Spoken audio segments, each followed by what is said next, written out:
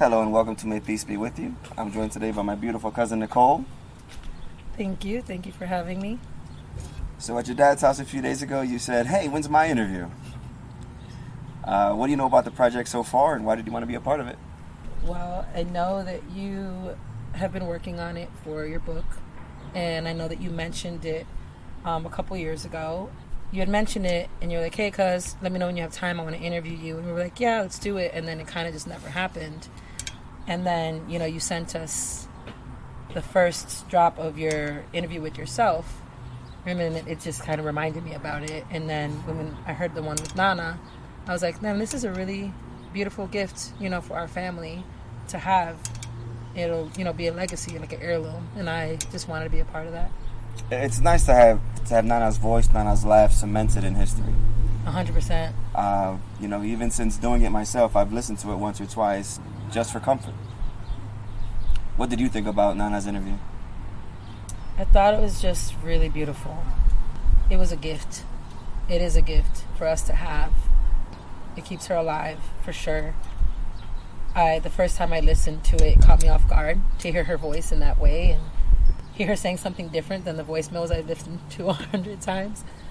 And so I barely got through 20 minutes of it, and I wanted to be in a right headspace, to receive it. And so when I got home, I went to the cemetery and I listened to it with her, and it was just really powerful.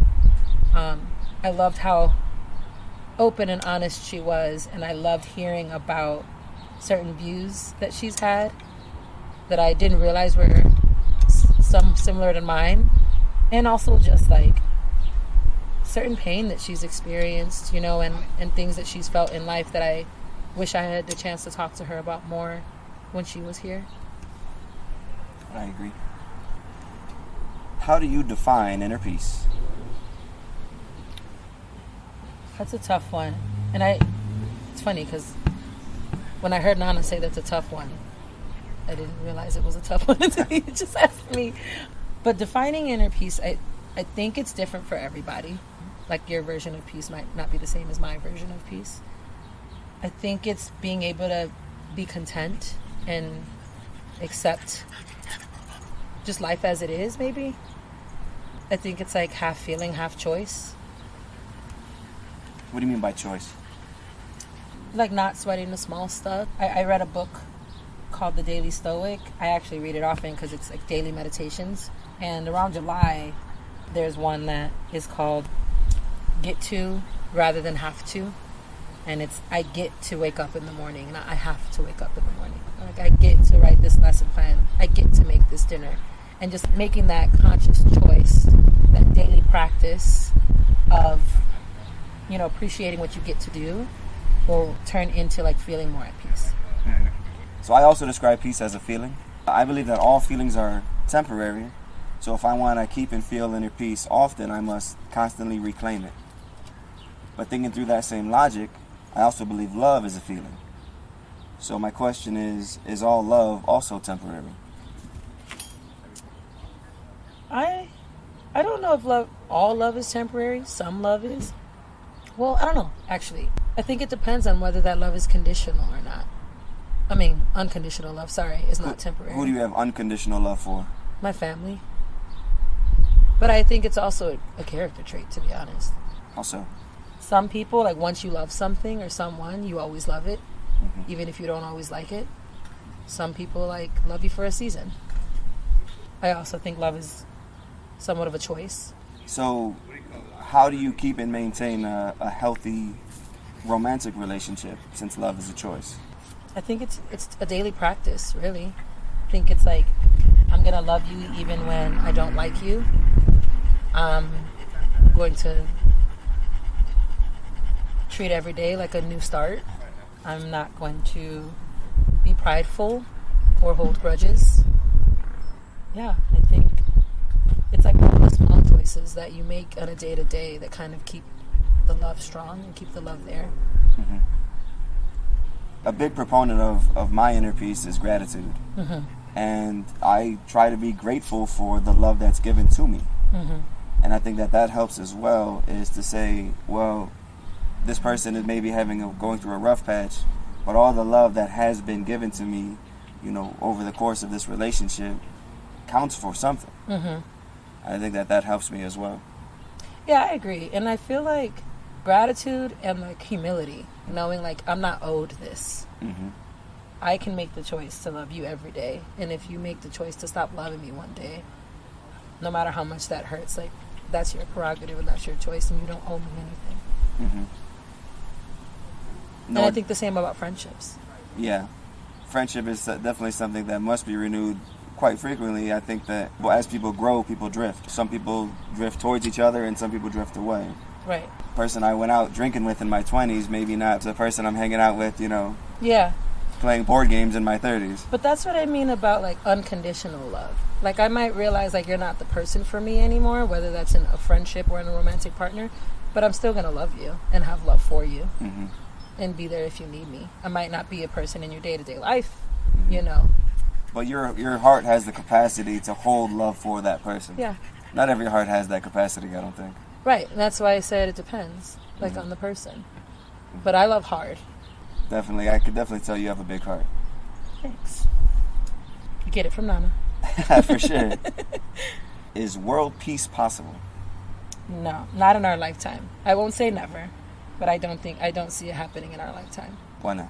There's too many things that need to change. There's too many things that exist. Racism, colorism, judgment, greed, power, money. Misogyny. Exactly. I agree. But I believe that all of those have a fundamental root of people just being ignorant. Mm-hmm. And how do you cure ignorance? I believe that if you provide every person with the basic needs of food, water, and shelter, that comfort will make maybe not this generation that receives it for the first time, but that next generation coming behind, the children of those people, will seek more. Well, I hear that, but I don't think that's going to change greed. Like, people are always going to want more. I believe that the Bible is metaphorical. I mean, if you think about it, like Adam and Eve, they had everything they needed. All they needed to do was, like, not eat the fruit. But, like, want the fruit. You needed the fruit. Right. Like, I got everything else, but I want that fruit. And Right. that's just because I can't have it. Right. Right. So it's like you can give everybody their fundamental needs, but that doesn't mean if you give somebody, you know, a Honda, they're not going to want a Porsche. Mm-hmm. But that's my point too, though, is I think that maybe not perhaps the generation that receives it, but their children will say, I want more than the basic fundamentals. I want more than to just live. I want to thrive.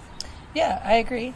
I agree with that. I just think when people want more of that, their ways of getting it are not going to be... So there will always be theft and Yeah. stealing and manipulation to acquire more and more. Yeah. How do you cure such things? I don't know that there is a cure.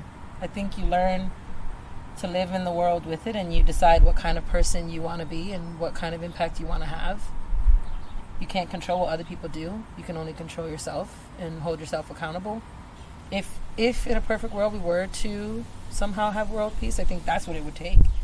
People realizing, like, you're only accountable for yourself. So on that line of thought, I believe that when every individual obtains inner peace, that is world peace. What do you think? I don't disagree with that concept. I just don't believe that every individual can never have full inner peace. Because they will always be stealing and manipulating and things of this nature to harm each other? I mean, is it the harm? Or I don't even think it has to be necessarily as extreme as like stealing and manipulating. I think it's just like ways of being and ways of thinking. And what you're born into, it's nature versus nurture, right? What you experience, what you witness. Implicit bias, for example, that you don't even realize is there. Blind spots that you have about others. Judgments that we make. Religion, I think, plays a big role in people thinking that they're better than others and shaming people and things like that. Like, as long as that exists, like, we'd have to literally wipe out all of mankind and start over. or evolve. I just don't believe that is possible. No, And- I agree. And this is a fun, hypothetical thought, simply because what if there is a world that exists where all of our minds were opened simultaneously to the fact that we are all a part of the human race. And when we harm another for their religious beliefs, for their economic circumstance, for their race, for their sex, these things are harming ourselves. We can be free if only knew we were slaves to the pains of each other. I did not write that. I forgot who wrote that. That was a rap artist. It was Vic Mensa. I'm going to edit that part and jump that part. No, and it was just the truth, you know. And it's one of those things where if we were to say, okay, let's provide food, water, and shelter for all people as a basic human right, Thomas Paine, rights of man, just because they are a part of our one race or one, you know, human race, we should do these things. The fact that I've been trying to do it for so long, the longer I am in the line of work that I am in. I'm an activist by nature. I am a teacher, an educator. Some will say teacher activist. Being an educator and being in this world of educators and activists, the deeper I get into it, unfortunately, it's like a double-edged sword. I teach my children, my students, and it gives me so much hope. But then I learn about things like trying to ban, you know, anti-racist baby, things like that, the don't say gay bill, and it just like makes me kind of lose hope for humanity and for society.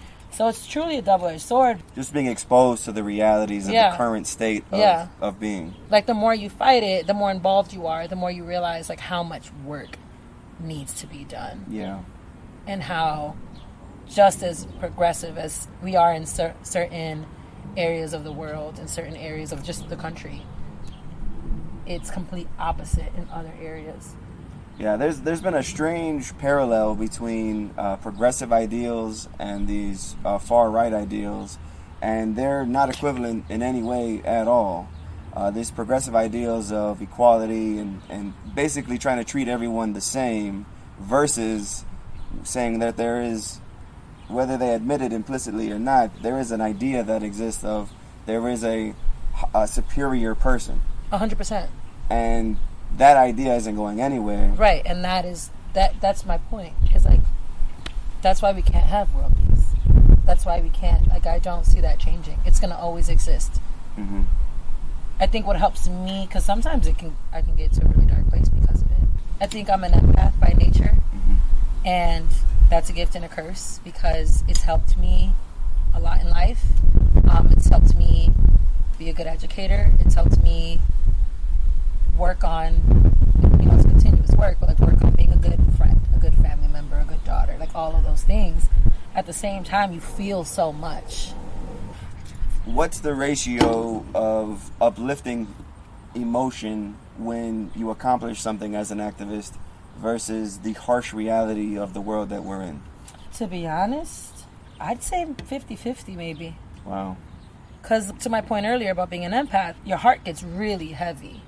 You know, and sometimes it's really hard to have boundaries. It's funny, I went to a Kehlani concert a couple years ago, and she was talking about what it's like to be an empath, and she said, when you're an empath, you have to make a bubble for yourself, or like a circle, and you have to know when to step in it and to not let anything else in, because you, as an empath, you walk through life feeling everything, and when you feel so much, it can take you to a really dark place, and so you have to know when it's time to like step into that bubble and block things out to protect yourself. And that's a really hard thing to do because in order to do that, sometimes that causes a little bit of guilt because it's like, well, how do I call myself an activist or how do I call myself an educator if I'm not always going to be up to date on current events, and if I'm not going to watch the news all the time, or if I'm not going to, but it's hard. Protest and fight every fight. Watching the news is definitely something. It's growing increasingly difficult the more empathetic I become. I mean, these are educated individuals who are purposefully telling lies for their own benefit and for the benefit of their friends. Yeah, I have to remind myself, you really can't pour from an empty cup. You can't fight every fight. And you can't be at every protest, right? Like, you can't, as much as you care about all the things, like, you have to make sure you're okay in order to be okay for others. Yeah, and it's not something I expected to hear at, like, a concert, right? But it stayed with me for a really long time, and it's something I've been practicing ever since. And it's helped me to forgive myself for a lot of things, like to give myself grace when it's time to have boundaries. It's helped me to stop allowing certain things. For example, a friend who mistreats you, right? Like, I know why you're doing this. I know you're going through something. I get it. And I've had to learn, just because I understand and just because I empathize doesn't mean I have to allow it. I still love you. I still care for you, pray for you, want what's best for you. But also what's best for me is for you to not be a part of my daily life. And to learn to not have guilt. And saying no sometimes, right? Like, I can't be at this thing. I can't show up today. And knowing that that's okay too. Yeah. What impact did your economic standing growing up impact your life as an adult? I think my economic standing growing up. Well, what was it, first of all? Well, to be honest, I don't really know. Well, saying that we grew up together, let me just say mine personally. I like to say I was upper, lower class. I mean, I had friends who didn't have food in the fridge. Right. I had food. I had a PlayStation. I was living the dream. So I thought that I was rich until I met rich people. Well, right. That's what I'm saying exactly. I'm like, I don't know. Because, I remember as a kid, we moved apartment to apartment at least once a year. I thought it was normal to, like, not live in the same place for a long period of time. I've witnessed family members, like, being evicted. Family members not having food. And so it's just interesting. Like, I don't think I was ever upper.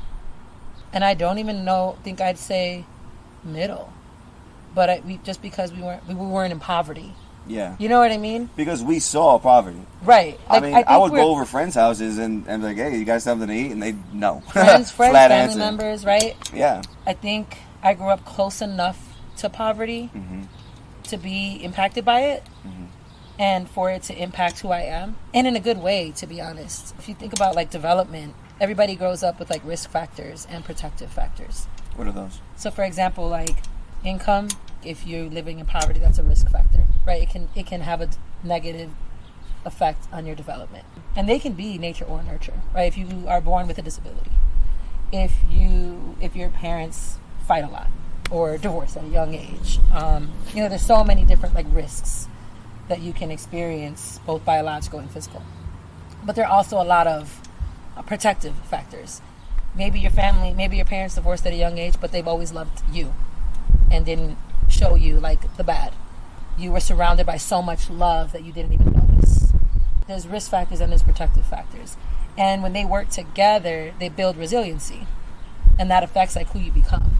Growing up so close to poverty has impacted me in a positive way, which is a weird thing to say.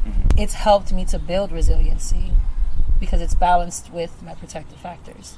Does that make sense? It does. So I believe that there's a special humility in a person who has known hunger. I look to a rich person like Shaq. I love Shaq. I think he's doing great things. Wherever he gives. I think that he does that because he himself has known hunger. Right. So does knowing this pain benefit a person who later finds comfort? I think it depends. Or who later finds comfort, yeah. That's what it depends on. Because the comfort is the protective factor. Because if you have too many risk factors without enough protective, there's not enough to protect you to, like, help you become resilient, right? To help you succeed. If you have too many protective factors and not enough risks, well, that can turn into, like, entitlement. And that can turn into, like, not being resilient, not being able to handle tough situations. Rejection. Right. And so there has to be that balance. And so for me personally, I think the balance that I've had in my life has helped me be a better educator. I'm able to see my students, like, really see them in ways that maybe some of your peers cannot. Exactly, especially peers who have the education that I've had. Now, my education is also a big privilege and a protective factor. When I was in grad school, I went to one of the best grad schools in the country for child development. I got a grant, right? Because I'm Latina. I was offered a grant. There was me and 2 black girls, and the rest in my entire cohort were white women from affluent backgrounds. That had a big effect on me in grad school, just being a minority in that way. But it made me better at understanding development. It made me better than a lot of my peers at just discussion and the papers we were reading and the things we were learning, because I understood in a way they could never, because because of experience. Well, how do you grant someone perspective who lacks those risk factors? I think that is their job to do. I think that's when you do unlearning and you have to do the work. You have to read, you have to watch documentaries, you have to become friends with people who are not like you, who are not from places like you. You have to expose yourself and be willing to do that work to unpack and unlearn. I think a lot of times the burden is put on the people that we're without. And it's like, it's not my job to teach you to understand me. Mm-hmm. It's your job to figure out why you don't understand me, because especially educators. Because especially as educators. Yeah, because their students are the ones who are going to suffer because of their lack of knowledge. Exactly. And lack of perspective. Lack of perspective. And lack of experience, right? Like, I can't fault you for your experiences. I can't fault you for your implicit bias, for your lack of understanding. But I can fault you for not wanting to know better and not doing the work. Yeah. And not opening your mind to perspective. How often do you see these implicit biases play out in the classroom? All the time. Can you give any examples? The way children are disciplined. The way that, okay, I can give a perfect example. 3rd graders, I have one black boy and one black girl in my entire classroom. I go to pick up my kids from art one day. The kids are walking out of the classroom. And one of my black students, he walks out, and the art teacher, I see her take his hood off of his head as he's walking out of the classroom. And I look at her and I say, please don't touch him without his consent. She's like, he can't wear a hood in my classroom. It's not professional. We'll discuss this later, but please don't touch him without his consent. That's his body. Later on, brought up the conversation at a happy hour. Probably wasn't the best place to bring it up, but brought up the conversation at a happy hour. And this has taken a lot of practice, being able to have these conversations. It's not always easy to call somebody out. Like, it takes practice, but I've done it a lot. So we're at a happy hour, I bring it up, and I'm like, I'm trying to understand your perspective here. And she's like, well, because it's unprofessional. First of all, he's 8. Why does he need to be professional right now? Well, because when he tries to get a job in 10 to 15 years, he's 8, right? Like, when is he going to try to get a job? Let him be 8.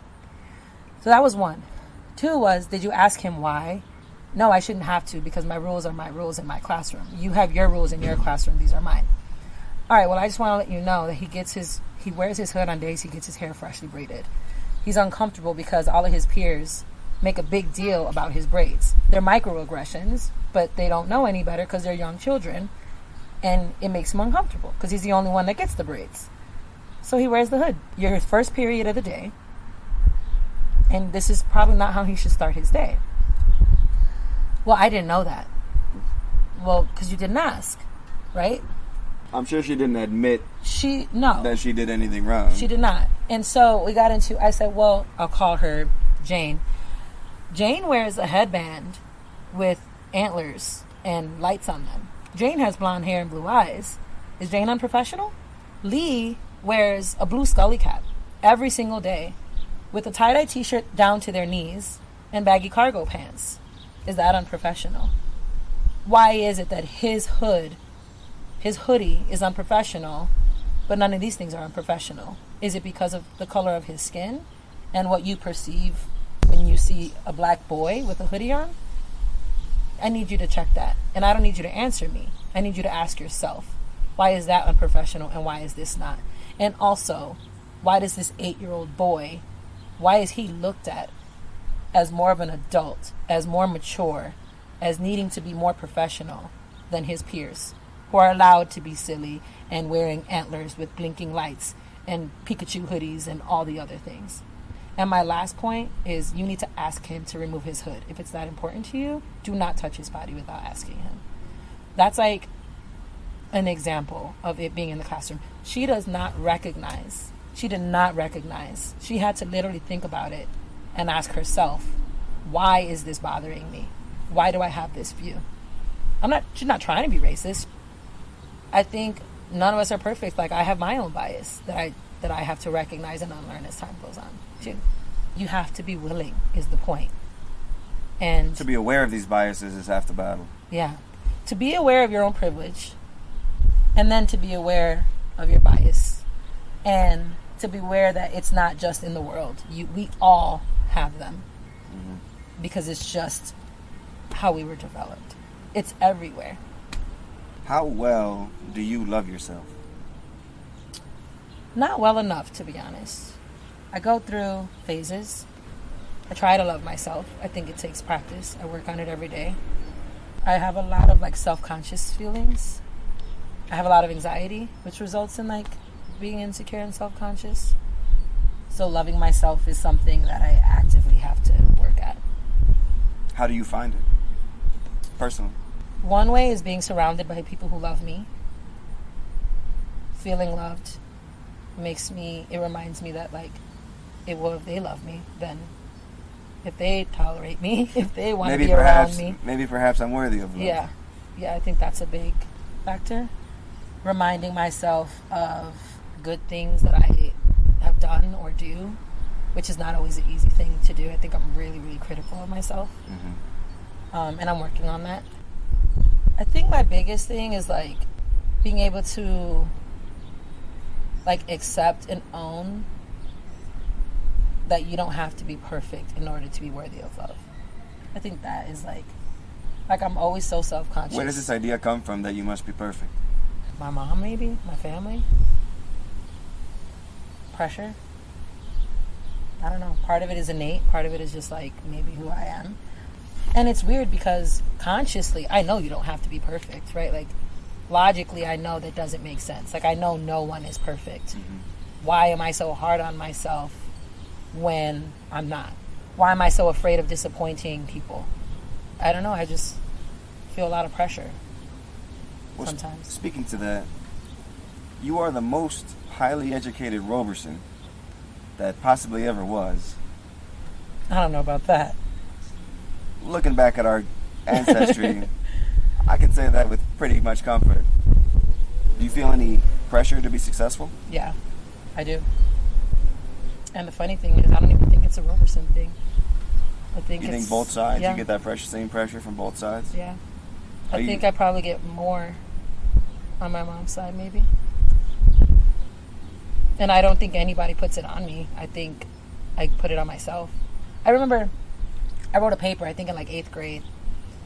I don't remember much about it, but I do remember saying something about my goals in life where I want to set a good example for my sister and for everyone younger than me. And that is something that I've felt very strongly about since before I can remember. Like that was 8th grade. I was 12, 13? Mm-hmm. I don't know where it comes from. I think it's a combination of things. Growing up so close to poverty, like we talked about earlier, and seeing so much, I don't want to be the person to do it, to do different because I want to be that person, but more so because I want everyone else to see that you can too. Mm-hmm. I want my nieces and nephews, and I want them to aspire to follow their dreams, whatever those may be. It doesn't necessarily mean college or education. It could be anything, but just to have a dream and to know that like you're capable. I've heard family members say things like that they just don't believe that certain things are for them. Growing up in Chicago's so segregated. Economically, racially, like it's segregated. I literally asked a group of kids that I was working with a couple of years ago, why do you think there's a difference in this neighborhood and your neighborhood? And their responses were just like so heartbreaking because they're white, because it's a white neighborhood. So you think that this is like, that's what's meant for you? No, it's because that's what the city pours into, right? This has nothing to do with you and who you are as a human, your race, your background. It has everything to do with redlining and segregation and generations of racism and all purposeful poverty. Exactly. It's intentionally done.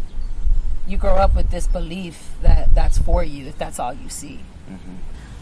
Do you have any advice for our nieces and nephews who may want to follow in your footsteps? I would say don't follow my footsteps. Figure out what you love. Figure out what means something to you, and I am here for you to get there, whatever that needs. I just want my family to know I believe in you. What it takes is believing in yourself. Mm-hmm.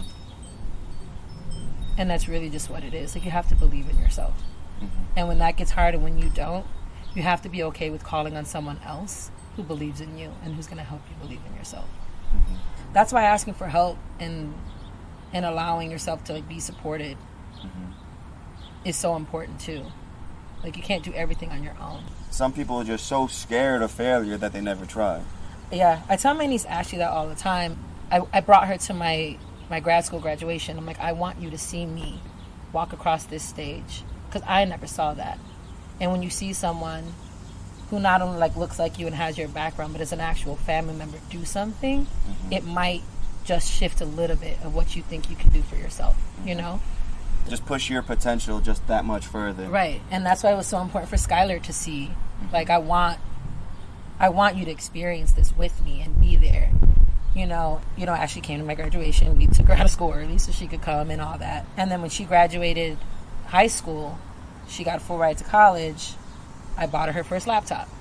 And I'm like, I want this to be my gift to you, because I want you to know how much I believe in you. But the other thing that I told her was, I believe in you, but I want you to know that I believe in you no matter what, and I support you no matter what. And I want you to know that you're going to fail, and you're going to make mistakes, and you're going to mess up along the way.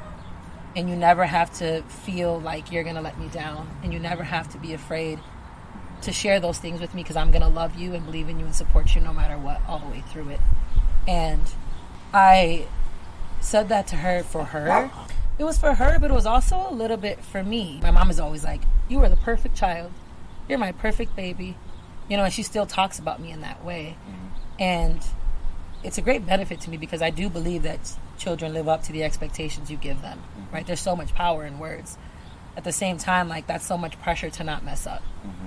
To be perfect. Right. Like, now I want to be your perfect child, and when I'm not, I really feel like I let you down.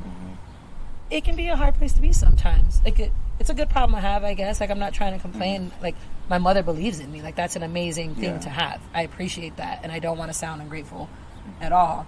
I just also wanted my niece to know, like, I don't need you to be perfect. I just want you to love your life and to love yourself and to forgive yourself when you make mistakes and to celebrate when you have accomplishments, you know? When I teach someone something, I'm telling myself. I'm reaffirming it within myself when I say it out loud. So that's something wonderful to reaffirm within yourself. Yeah, I didn't even think about that, but you're right. I was probably projecting a little bit, huh? A little bit. It's okay. You don't have to be perfect. Right. I'm telling her or me. But that's what I was saying. Like, it was for her, but it was a little bit for me too. Like, when my sister graduated undergrad, at the same time, my cousin's girlfriend graduated med school, and my niece graduated high school, and Skylar graduated kindergarten. It was COVID, so no one had a ceremony, right? So we had a ceremony here in the backyard. It was just really powerful to have them all graduate, but I also, like, for Skylar to see, like, look, this is what can be next. We have a high school graduate, a college graduate, a med school graduate. And she, like, walked. We made, like, a little aisle. Like, it was really cute, but... That is really cute. Those things just really matter. Yeah. Like a seed, perhaps, planted. Yes, exactly. It's a seed. We don't remember all of our experiences consciously, but they still have an impact on your development. Yep. Like, it comes from somewhere. Yeah. Yeah, I think our subconscious has the capacity to remember everything, even if our conscious mind does not. Right. Have you heard my bubble theory, red, orange, yellow, green? No. Oh, yes, I did. I think this was in your other interview. I did touch on it in the introduction. Okay. The red circle, 1 to 5. It is your close family, your people that you can say you love unconditionally. Yeah, you're like your micro level. Yes. Your red circle, your micro. 1 to 5. I like to say, I cannot find lasting peace if they are not at peace. Should I put someone else's peace on my shoulders if I have unconditional love for them? No. I think there's a difference between loving someone, supporting them, believing in them, being there for them, and, like, taking on their burden as your own. I think Gary gave me a similar answer where he said, I am going to give that same unconditional love, but I can't let someone else drag me down. Yeah, and I agree. And it's not even always a choice, right? Like, if you, for example, mental health is a beast. Mental wellness can be a struggle. Sometimes when a person's not in the right place, it's not even necessarily a choice. if you struggle with, say, depression or anxiety, things like that like kind of bring you down, you can't help that. You can fight it. You can, depending on your resources and depending on your knowledge, therapy, meditation, yoga. There's so many things you can do if you're aware and have, like I said, those resources. So you can support people through that in so many ways. But at the end of the day, if you take on the burden of others, if you take on someone else's peace as your responsibility, you'll never be at peace. Even a mother or a child? Yeah. You can do things to support them because you love them, not because it's an obligation, not because it's a responsibility. You have to be able to step away sometimes. You have to be able to say, look, I love you and I support you and I'm here for you, and still be able to like sleep at night. Yeah. You know, it's hard to find that balance. I'm not saying it's an easy thing to do. No. It's easier said than done, obviously. Yeah. So my orange circle, so red is 1 to 5 people. Orange, 1 to 20. So I say family by blood or by choice. To what extent do I give of myself to help them when they are not at peace? I think only you know the answer to that, and you have to test your own capacity. And I think it depends on where you are in life. For example, someone who I used to be very close friends to, they had a lot of mental health issues and struggles at the time, but I was not okay at the time. I was battling my own form of depression, and I didn't have the mental capacity to be there in the way that this person needed me and wanted me to be. And I had a choice to make: continue to burn myself out to take on your burden, or take a step back to make sure I'm okay, and then when I'm okay, then I can come back and help you. As long as I have the capacity, I will give you my heart. I will give you whatever. If your cup runneth over. Yeah. Like and not even just runneth over. It just can't be empty. If my cup is like 3/4 of the way, I could give you 1/4 of it. You know what I'm saying? Like I could manage on half. But I am about to let you empty my cup. Yep. I can't. Because I can't be a good teacher. Yep. If I do that. Or daughter or sister or cousin anything. or yeah. I think it literally, and I think that goes for all circles, to be honest. So next circle, yellow. Yellow is friends, 1 to 100. What would it take for someone to get booted from your yellow circle? Harm to me, I would say. What if one were to harm another? Yeah, that too. I have booted people from friendship circles for harming others, because it's like, even though you didn't do that to me, if you can do that to them, that's what kind of person you are. Yeah, you have the capacity of that doing that. Yeah, and even if you never do it to me, the fact that like that's showing me your character, and I don't want that for me. So green would then be acquaintance. That is coworkers, strangers met in passing. How do I prevent a negative coworker whom I encounter regularly from stealing my peace? Oof. Feels like though you have a personal experience. I've had a lot of experiences with that, because coworkers are different, because like I have to be around you every day. Unfortunately. Right, like I don't have a choice in this. So that's tough. I think it takes knowing, like, a lot of reflection, a lot of like, what is my role in this? What did I do? Did I do the best I could in this situation? And if I didn't, like, what can I do differently? And if I did, then I'm going to walk away and be at peace with that, because that's not a me problem, that's a you problem. So it takes a lot for me to be like, I'm done. But once I get there, like, I'm done. I've reflected, I've tried to talk to you, I've tried to reason, we've tried to compromise maybe. That doesn't work, and it becomes like combative or stagnant. It's like, look, I did my part. If you're not going to do yours, that's a you problem. I have a job to do. My main priority is my kids. As long as my kids are good, as long as I know I'm doing right by them, you can become a non-factor. Whether you're my principal, my teammate, the counselor, whatever. Like, art teacher? Right. It's the art teacher. At the end of the day, my priority is me being okay for my kids. And the person I was telling you about earlier, you know, with the mental health, I let that impact my job. I let that impact my work. It changed how I taught. It changed my attitude with my kids. It changed my level of tolerance and patience. Once I got out of that situation, I was like, I'm not going to do that again. Yeah. My kids deserve better. You will not take the energy that I have left in me to pour into them away. Yeah. Does everyone have a purpose? Yes, I do believe that. What is your purpose? That's interesting. I have a few feelings about that, so I'm going to be a little clumsy in my response.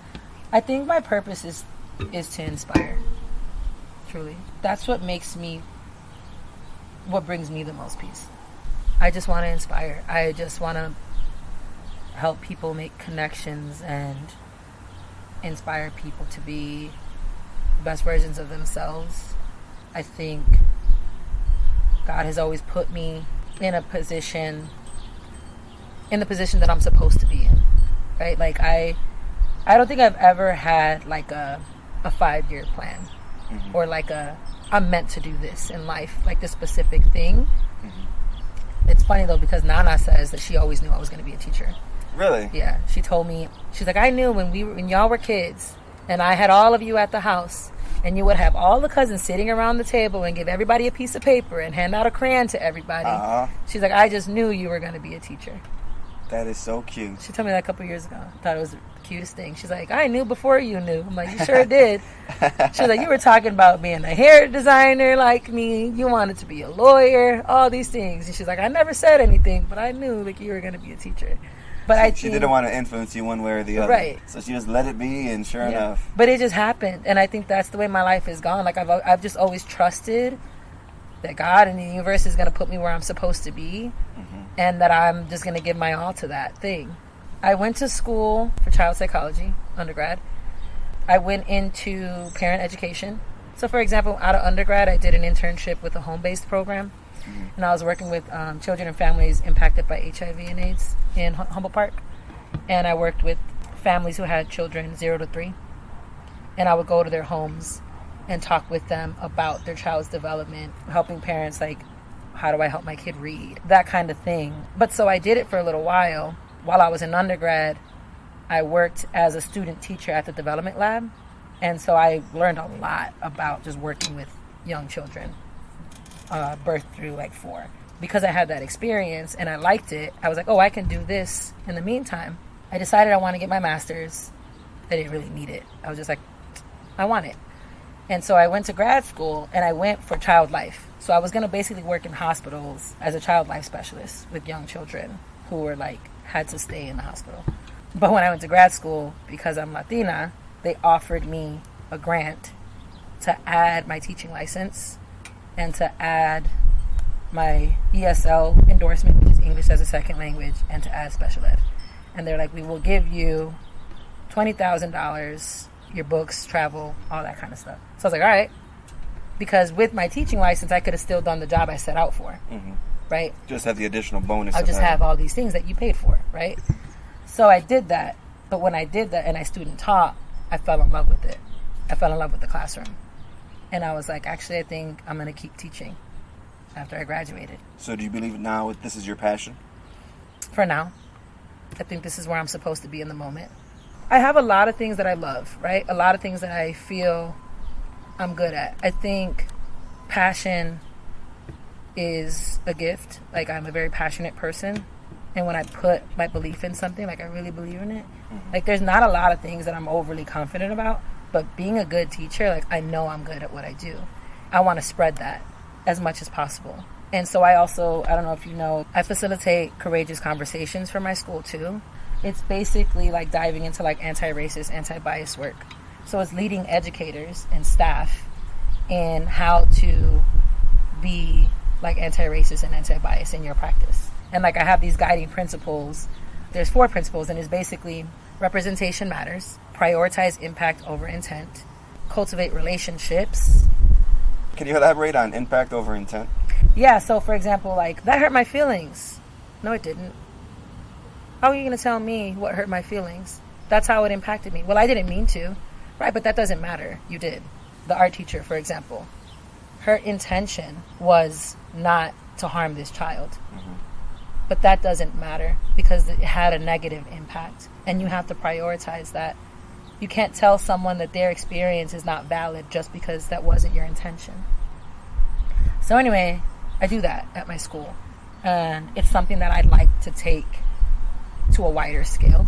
So I don't really know what that's going to look like, but I do know I don't think I'll retire in a classroom. Mm-hmm. At least in an elementary classroom. How did you get into activism?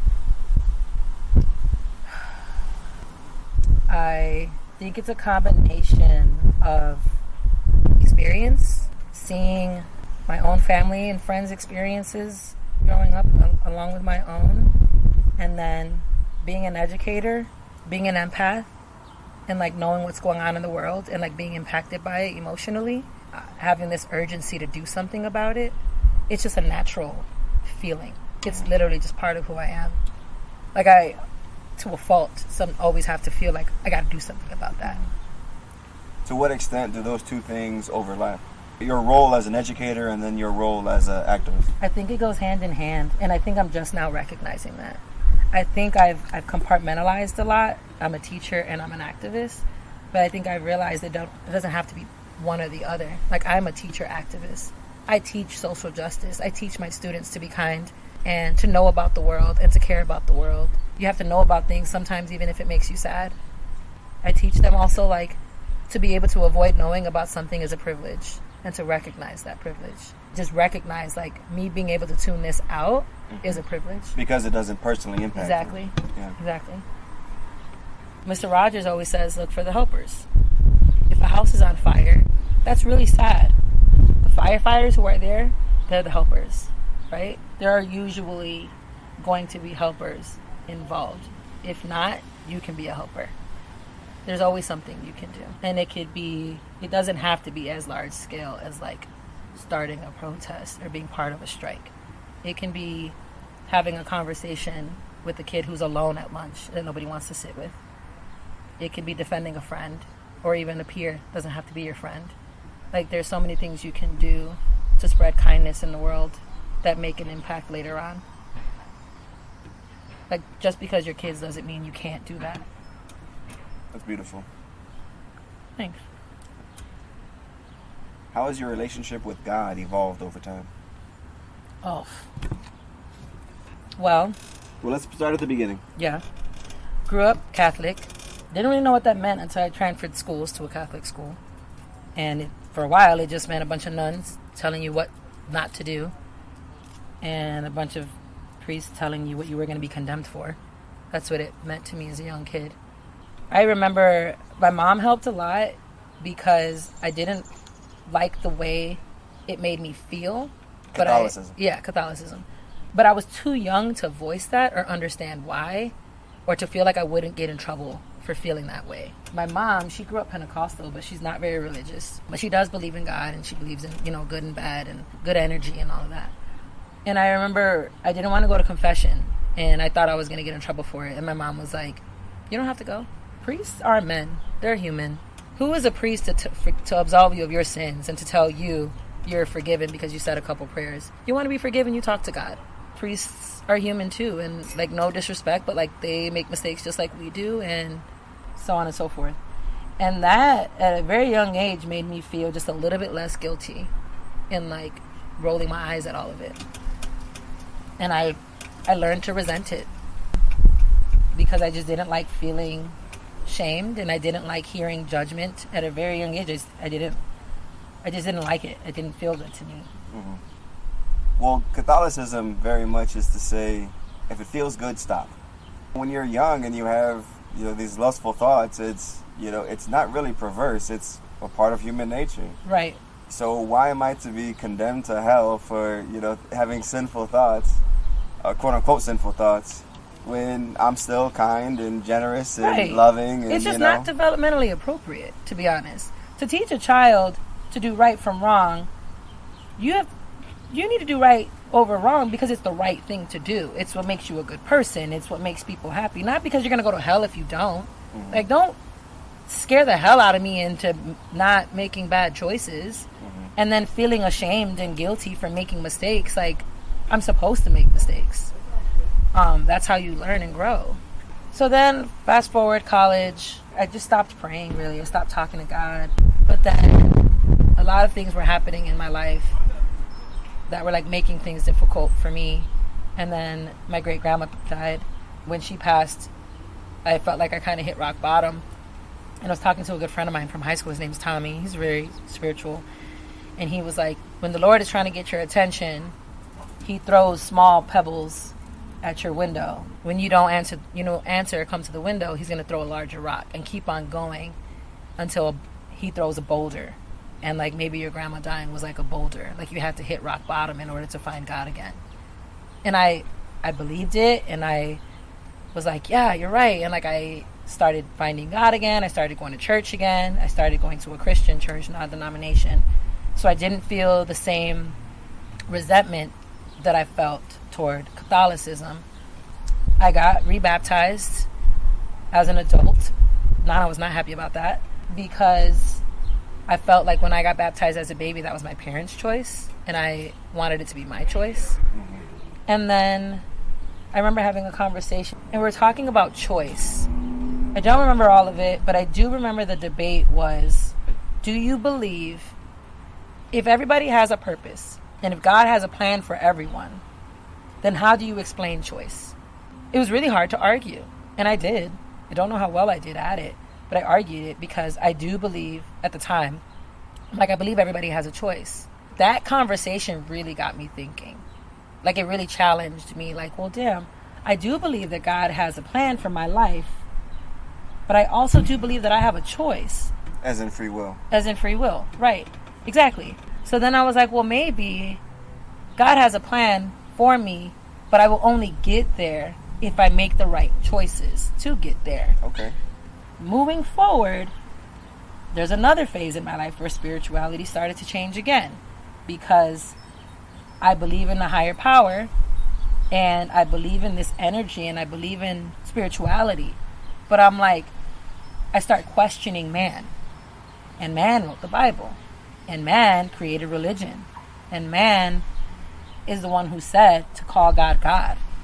And so that's when I started like, well, who says God is a man, a white man? Who says God's name is God? Who says we should refer to God as he? Like, who gets to say that? So I started really questioning that. And I started not saying it as God, but saying like the universe. Mm-hmm. And I was very much steering away from religion. And then I don't know what shifted since then, where I started calling it God again. But I think where I'm at now is I still say God, but I think that's more of a learned behavior. Mm-hmm. I think that's just because how I was taught. Well, no matter what you call God, whether it be Allah, whether it be God, whether it be the universe, mm-hmm. I think that there is a force that exists. Mm-hmm. And I think that people who don't believe in God have never felt mm-hmm. the presence of God. Mm-hmm. But I think that those who have spoken to God and maybe not heard something, but have felt something in return, mm-hmm. know that this thing exists. Yeah. And it doesn't matter what you call it. I agree. It's why I respect the Islamic religion so much, is with the hijab, with Ramadan, with these 3 times a day prayers, what they're doing is they're developing a relationship with God. Mm-hmm. What is your personal relationship with God like? I used to talk to God a lot. I don't talk to God as much as I used to. But when I do, it's more of a conversation and less of a prayer. I don't think I've said like a rehearsed prayer in a very, very long time. The Our Fathers, the yeah. Hail Marys. The first time I said the Our Father in years was me, Adam, and Gary saying bye to Nana. We were the last 3 in her room. And like, we were like sitting there talking, kind of joking, and then we got up and like did the Our Father with her before it was time to go. I'm sure Nana appreciated that. But that was like for her. You know what I mean? It wasn't like I don't use that prayer often. When I talk to God, I'm like, hey God, how you been? You know, like it's a conversation. Like, this is what I'm going through right now. This is what I want to share with you. This is what I'm going to ask for forgiveness for. This is what I'm going to give gratitude for. Yeah. And that's kind of been my what else can we give an all-powerful being besides our gratitude and our love? It's all we can give God. And asking for grace too. Yeah. Like I ask for grace often. I ask for forgiveness. Mm-hmm. But yeah, exactly. I agree. So I still don't have the answers. I don't know if I ever will. And where I'm at now is I'm learning to come to peace with like, I don't have all the answers, and mm-hmm. that's okay. Yeah. And if there is a God and if there is a Jesus, like they will forgive me mm-hmm. because they know that I am human. Yep. And they know what's in your heart. Right. And that is to be good. Yeah. And like I said, like, I think that the Bible is metaphorical. I do. I think it's there to teach us life lessons, to teach us what it means to be good. In a lot of ways, there are some things that I don't necessarily agree with that are in there. At the end of the day, I wasn't there when it was written.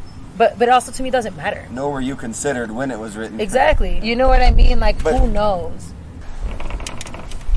So do you have any questions for me about my project? What is your biggest goal to, like, what do you want to gain? Perspective. If I'm open from the beginning to changing my perspective, I think it's such a good mindset to have, is to always be open to learning. Yeah. I like that particular language, the growth mindset, is because that's exactly what I was speaking to, is that I have that growth mindset where I know that my ideas will change. I know that I've known that since this project's inception in 2018, when I was gathering these ideas of what does peace mean, how do I find peace, how do I keep peace, how do I share peace. These are all, wonderful ideas that I was just gathering perspectives on, and I've been doing interviews since 2018. And even then, I knew when I wrote down that interview outline you see there, when I did the interview with that person, I knew that I was going to change that outline for the next interview. Yeah. And that outline is going to change again for the next interview. It's grown and evolved, and my ideas have grown and evolved, and my inner peace has grown and evolved. And That's having amazing. that growth mindset is the way to do it. You should be really proud of yourself. Thank you. Yeah. I think that's just the key to, like, life. Like, you just have to be willing to grow, and you have to be willing to have perspective. Well, thank you very much for sitting with me for this wonderful conversation. Yeah, it's been great. Thank you, for doing this. I think it's a gift, truly, and I hope you don't underestimate just how much of a gift it is. Like, this whole project, I think, is going to have a bigger impact that you can imagine. I'm going to manifest that. All right. Well, thank you, Colee. I love you very much. I love you too.